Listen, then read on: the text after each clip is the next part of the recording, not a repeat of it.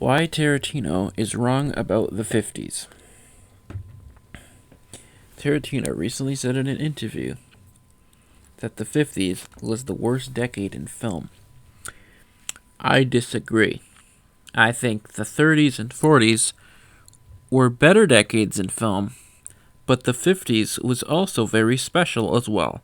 This video will be defending the 50s. The 50s was the golden age of Hollywood, and there were some great stories that were never told in the 30s and 40s that were brought to the 50s. The 50s also brought us method acting, like Marlon Brando. It brought us some great epics, some of the best epics ever, like Ten Commandments and Ben-Hur. A lot of the best Hitchcock films were made in the 50s.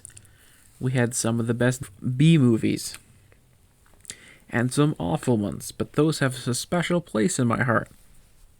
A lot of horror and sci-fis. After the 40s, after Roswell, we had many alien and UFO films.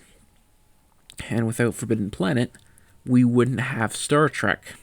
And we had some of the best musicals ever. A lot of 50s films lifted people up with happy stories, which we don't get enough nowadays.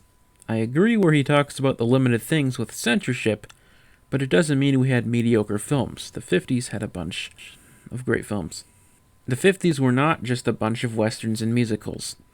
Although, yes, you could argue the comic book films of back then were westerns because there were so many. And eventually, by the 70s, I guess, people did get sick of the western. He compares nowadays to the 50s, which I disagree. The 50s where comedy was actually one of the best genres. Like nowadays, where comedies are just, there's not many. We had comedies like Some Like It Hot and The Father's Bride, which are some of the best comedies of the golden age of Hollywood. So the 50s created many classics through the whole decade.